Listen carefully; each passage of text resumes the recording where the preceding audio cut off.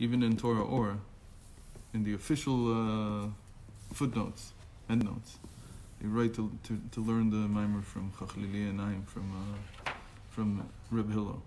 So we'll look at this a little. So we'll read the first paragraph here in Hebrew, and then we'll switch to Reb Hillel. Chachlili Naim miyayin v'leven shinayim mechalav. Hine gavei yayin ktiv tiroshi sameach elokim. So wine, we talked about this last week also, has the quality of simcha. It brings about simcha. So there's different types of simcha also. But the main point of simcha is expansion. So wine causes some kind of expansion. So usually the regular type of expansion that we talk about is that wine opens up the arich, the sechel hane'ela mikol rayon. Remember we talked about Avram, that Avram was the Ratzon, was the Mochas Tima, or as he's called in Torah, or Sechel HaNe'ela Mikol Rayon, the mind that's above the consciousness, above the ability to entertain it. So when a person drinks, he's able to bring that out. He's able to bring out what he has in his concealed wisdom. The concealed wisdom is the source of all the wisdoms. It's called Chokhmah Mesutara, like concealed wisdom. ולהבין מהו בחינת יין המשמח אלוקים. ואיך יהיה כוחו גדול כל כך לשמח אלוקים. So two things happen that they're on the korban, in the base of Mikdash, they used to do two things. They used to sing, and they used to pour wine, the nesachim. So these two things, they're related to one another. So so the fact that music causes joy, that we understand. We learned a Maimer in the beginning of the year that Yuval, he was Avi Kol Tofes Kinor Ve'ugav. And so now he's adding to this the wine. And he's saying wine has a similar quality. And how can it be the wine can also, that you pour it on the Mizbeach, that it gives joy to Hashem? So you said that yain comes in, it comes out sod. So the usual explanation, like we said, is that it opens up the concealed wisdom. So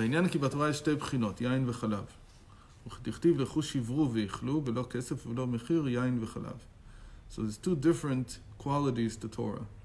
There's a quality of Torah that's like wine, and which is to sameach, to make you, to open you up. And chalav is something else.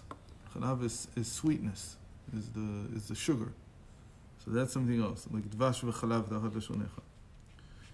Uviur hadavar ki neshte avot ahavat olam ve'ahava rabba. So really, to understand what this verse in the parsha, and what Yaakov said to Yehuda, is talking about in depth, is the two types of love.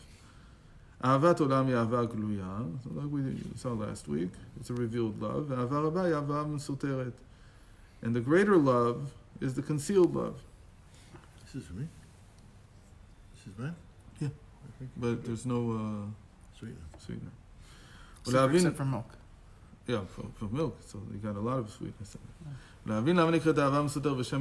So why do we call the concealed love, the natural love in the divine soul, greater love? So Ahavat Olam is what we build up during Yotzer Or. That everything that we do there, Sukkot de Zimra and Yotzer Or, we're looking at the world, and from there coming to love Hashem. That's how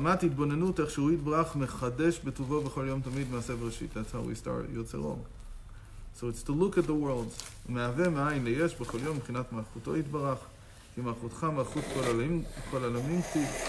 שכל העולמים עליונים ותחתונים וחיים וקיימים מבחינת מלכותו יתברך, ממלא כל מיני סובב כל מיני ואתה מחיה את כולם.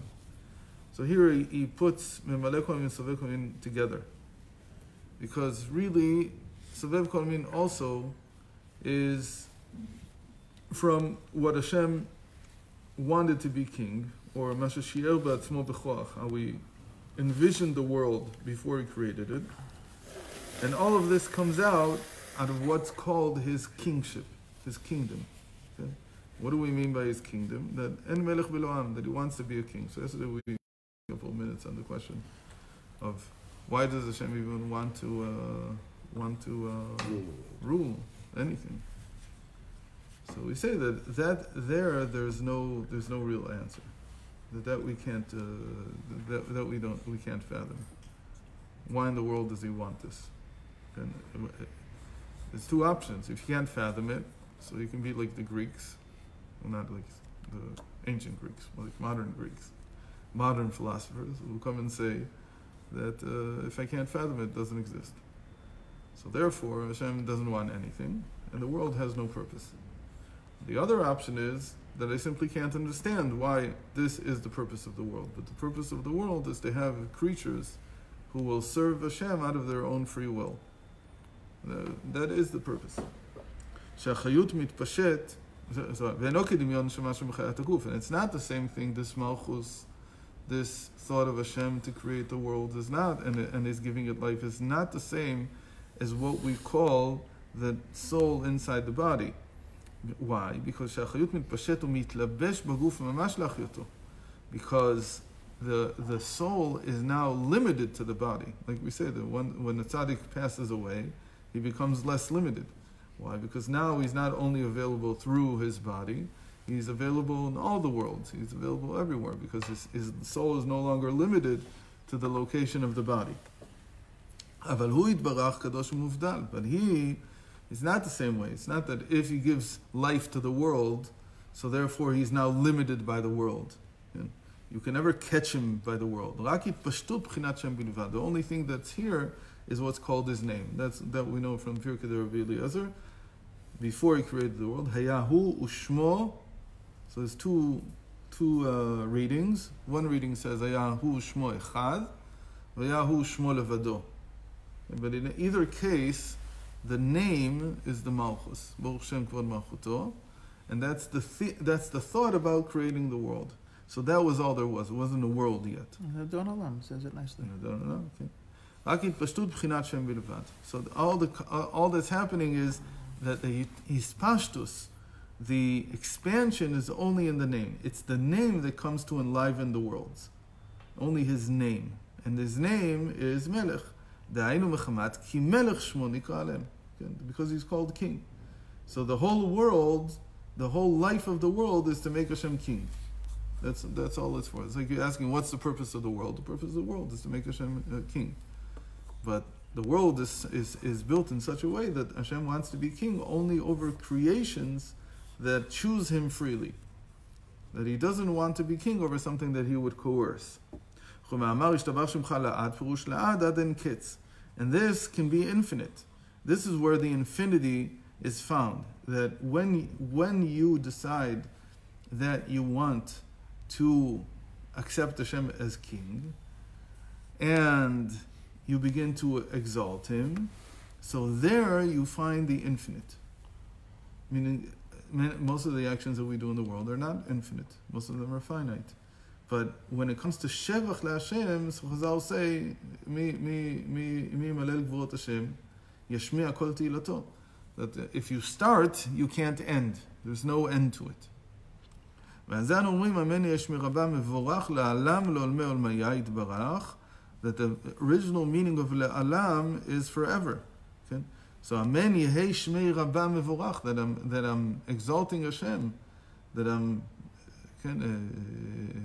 blessing him, so that can be forever and ever. פירוש אנו מתפללים מבקשים שיש שם זה בבחינת ברכה והמשכה מאלם אל הגילוי. And more than that it also means מבורך לעלם לעולמי עולמיה, once לעולם means world, so it means that we want him to be revealed. And this already comes into yain. Like we said before, the yain, what does the yain do? It brings down the concealed wisdom. So it's called hamshacha. So the same way, the bracha that you say, that you're mevarech Hashem, that you bless Hashem, is in order to cause Hashem to be revealed in the world. And that's the act of the bracha. It's very important to know that's now we're learning Masechet Brachos. So what's it all about? Why did Chazal add brachos? There were no brachos in the Torah. There's only one bracha after food. Mm-hmm. There's no bracha before. Where did they get this idea? What's the bracha for? Show appreciation.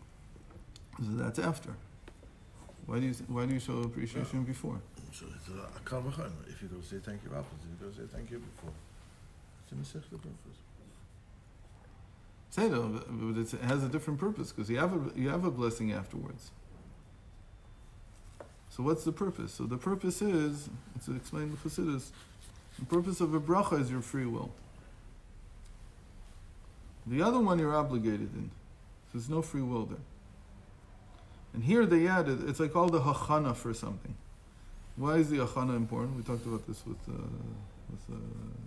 Neros Hanukkah. What's more important, the akhana for the mitzvah or the mitzvah? So why is the akhana more important? Because the akhana is where your free will is to be found. You don't have free will when you're doing a mitzvah, because the mitzvah is coercive. Of course, you have to accept the general premise that there are mitzvahs.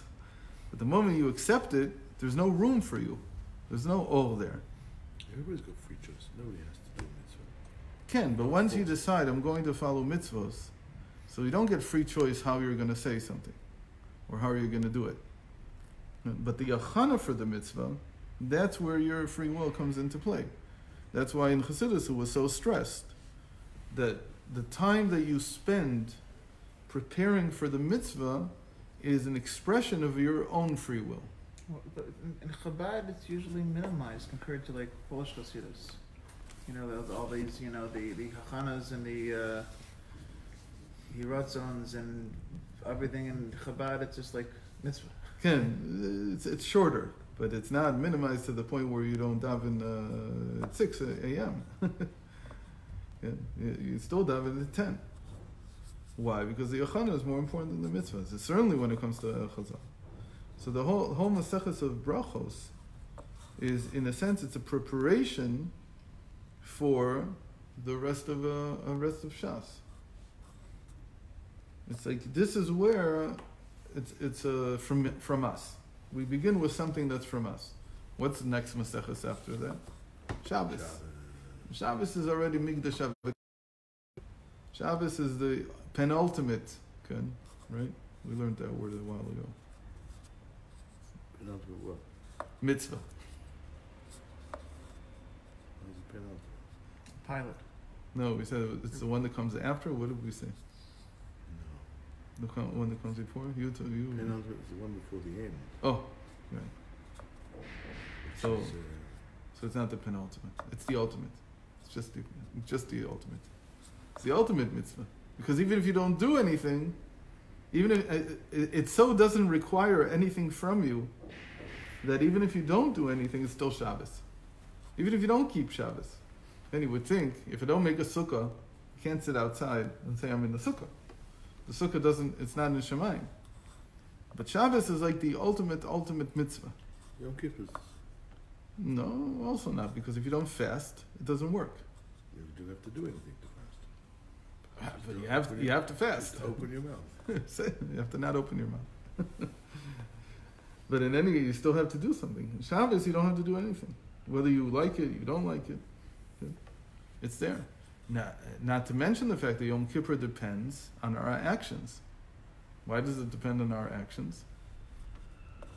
Because when Yom Kippur depends on our decision. So there's already something that's not Kedusha.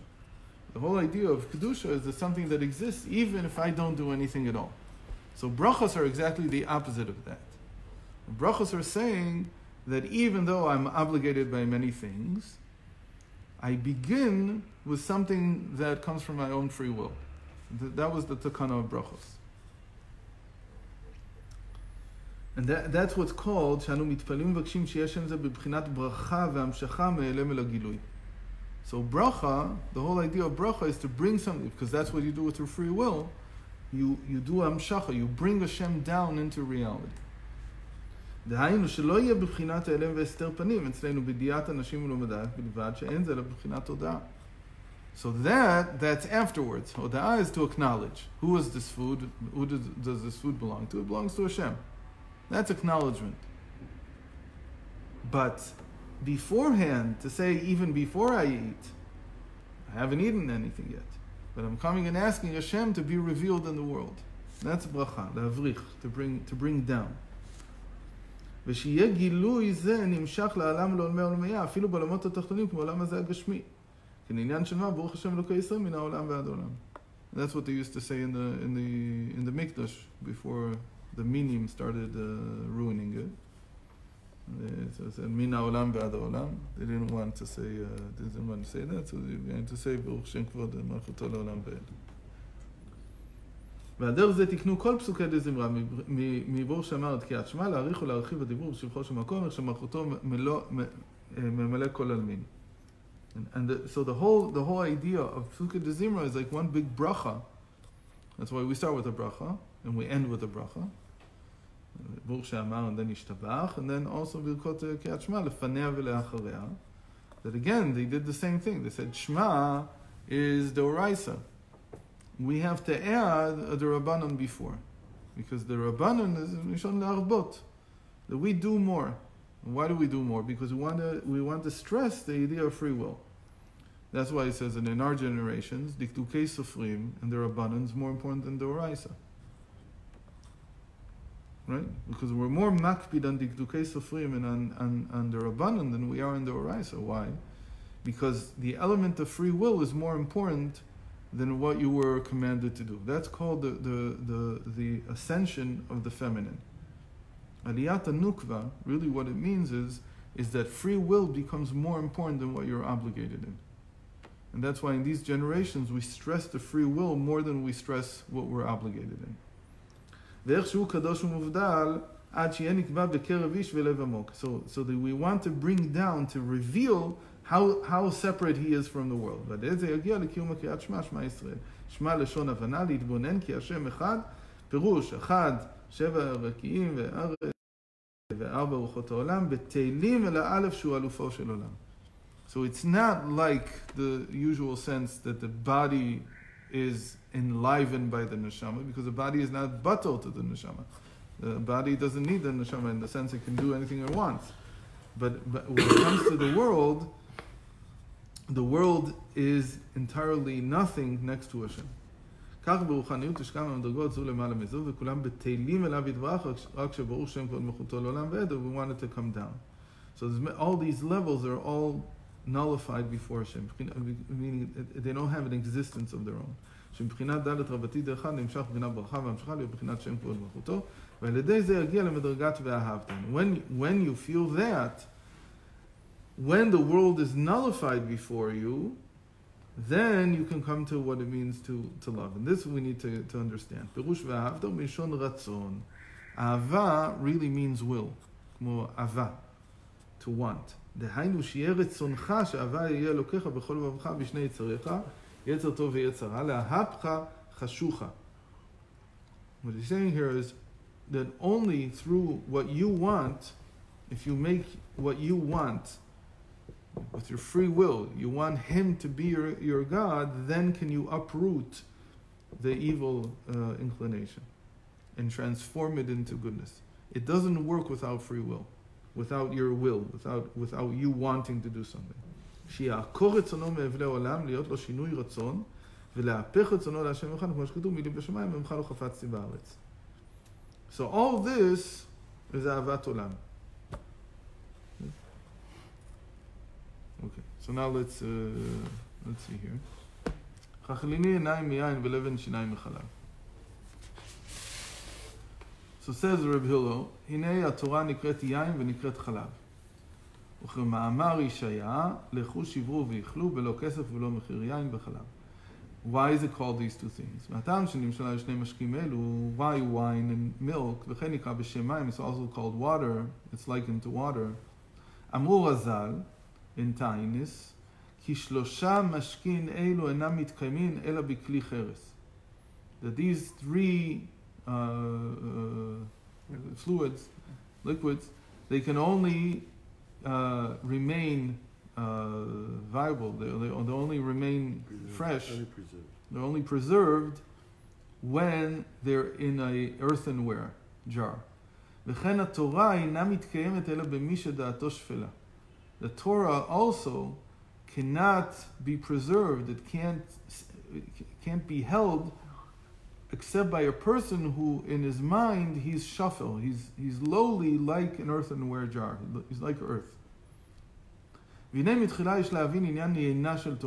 first of all, we have to understand the idea of wine. What does it mean that wine, the Torah is likened to wine?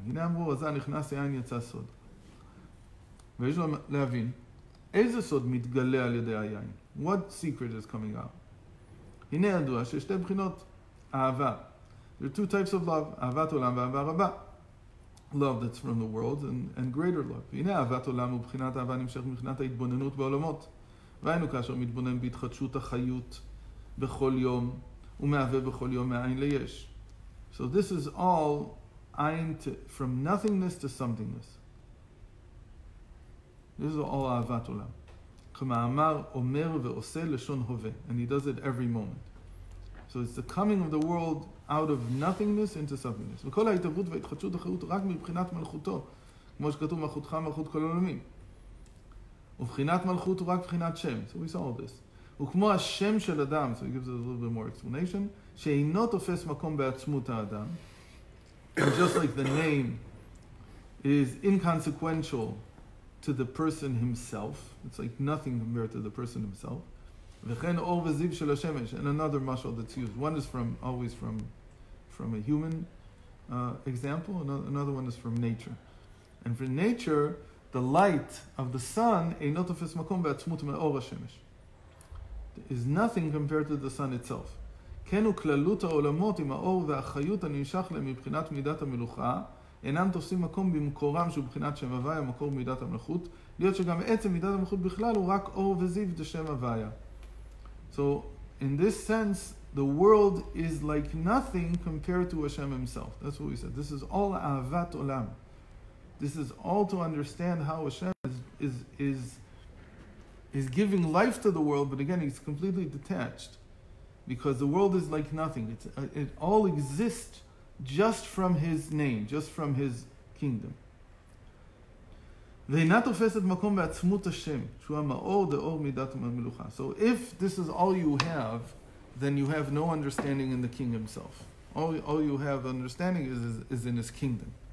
You only have a connection with what Hashem wanted to bring into the world. והנה התבוננות זאת צריך להיות בפרט. Really, you need התבוננות פרטית. It's not enough to just say this in general. There has to be פרט. How? כדי שתיקבע בנפש היטב, כמובן בשער הייחוד. So שער הייחוד from the Middler Rebbe is the one he's referring to. He goes into 22 levels of each hisbonenus that you have to do. 22 different levels of understanding each prat. And if you don't do all 22 levels, so it's not called התבוננות פרטית. You haven't really taken it apart. So you have to think, first of all, you have to know the 22 levels.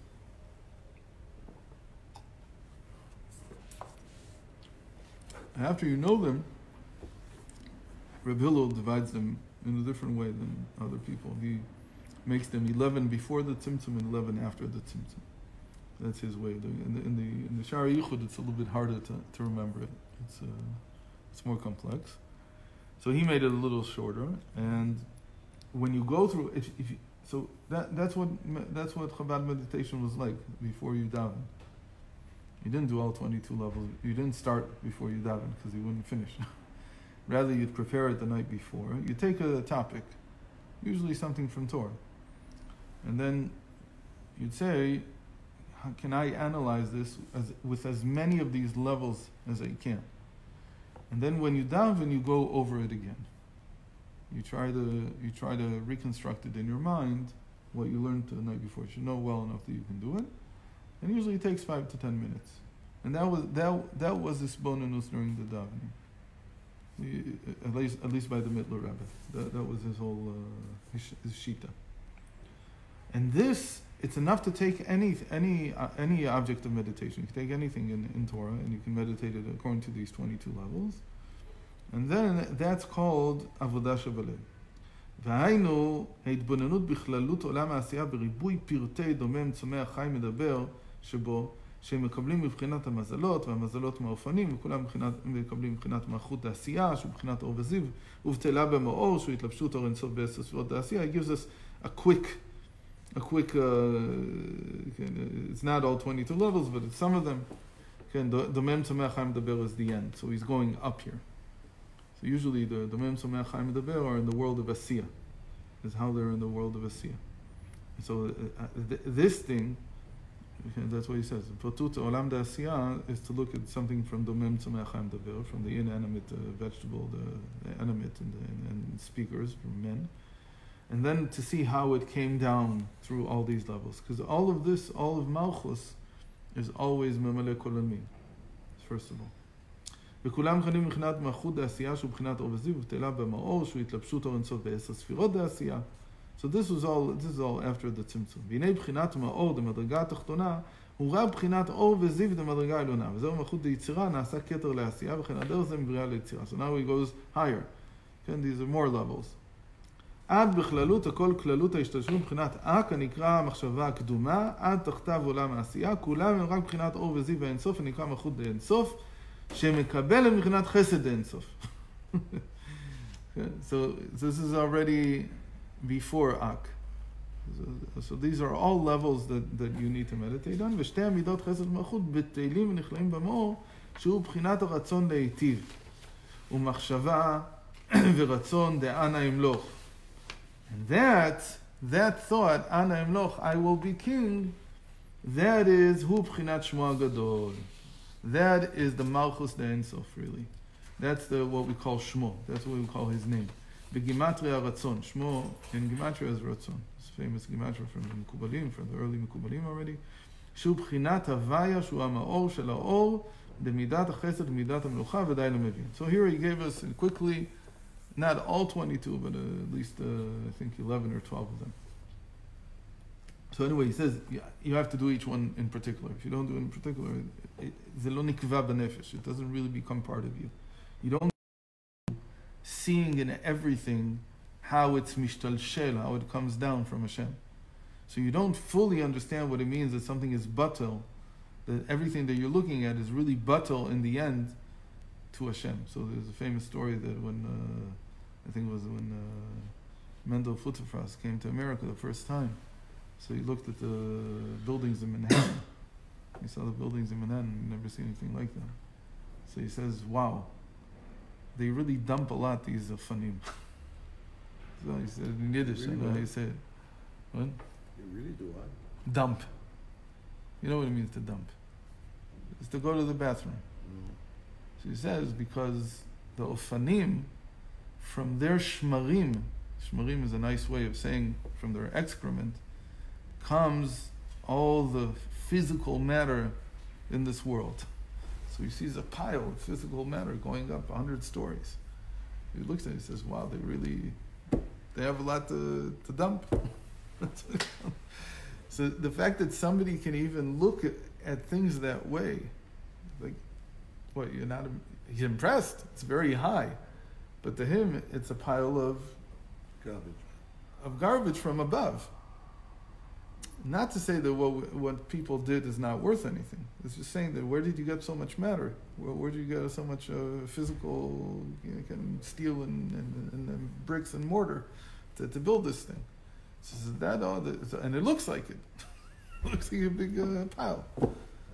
The point of the story is that he looked at something and right away he tried to imagine, so where does this come from? Where is this source? Okay. That's really the meaning of itbunanut pratit. That you look at everything and you can see its source. Or you at least try to. Because the point is that without being able to do it for something in particular, you don't really understand the concept that everything is coming from Hashem. You still believe that this world is somehow independent. You still believe that somehow this world can exist without the life that Hashem gives it. Why can't you believe that?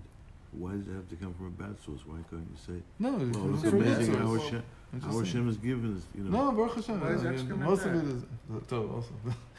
But if you can't, then it's really not, you understand that it's a good thing. If you you have constipation. So you understand it's a good thing. If you're asking questions like that, I mean, how if the Ophanim don't eat, how do they poop? I mean, you can know the rest of it. In any case, the point is not saying it's bad. He's just saying that. No, he's Mizalzel. He's Mizalzel. It wasn't Mizalzel.